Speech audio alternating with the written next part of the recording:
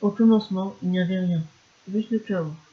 Néanmoins, un œuf apparut et éclot en Arceus. Ce dernier fut le premier Pokémon existant à ce jour, et il fut naturellement appelé Dieu. Arceus créa alors deux entités pour maîtriser le temps et l'espace, soit Dialga et Papia. Mais il observa que les deux êtres qu'il venait de créer ne possédant pas de volonté, d'émotion et de savoir. Ainsi, il décida de créer trois petits êtres mais puissants qui pouvaient contrôler la volonté, le savoir et l'émotion. Ces trois petits êtres se prénommèrent Préel, Préfondé et Préfadé.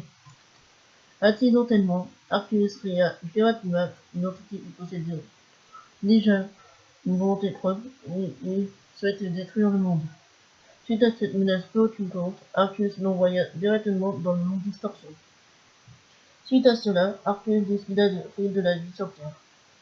Il créa alors Chlore qui se chargeait de la vie sous-marine et Troubon qui se chargeait de la vie souterraine.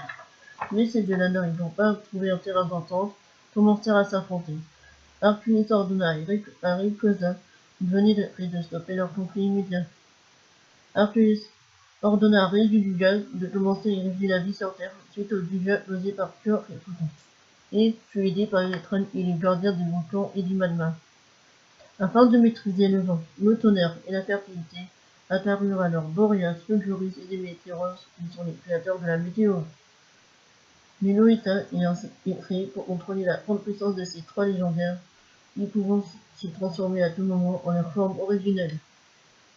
Arceus envoya Lugia et Ho de faire des rotations à la Terre. Ces deux derniers se relayèrent et Ho se chargea du jour et Lugia de la nuit.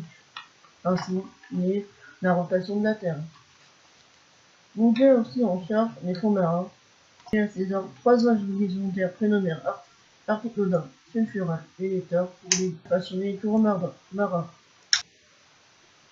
Ho-Oh avait pour mission de parcourir la Terre et avait pour aide trois chiens légendaires qui se prénommèrent Entei, Raikou et Suicune.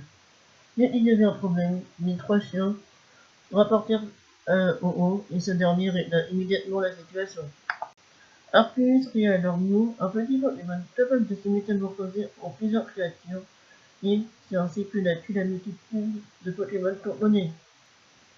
En même temps, a eu lieu la géomorphologie de la Terre, érigée par Regidugas. Ce dernier a pour sbire trois Pokémon qui représentaient les trois âges des êtres humains. L'âge de glace pour Regiris, l'âge de fer pour Resistile, et l'âge de pierre pour Rusirot. S'envoya deux entités sur Terre pour réguler la vie et la mort.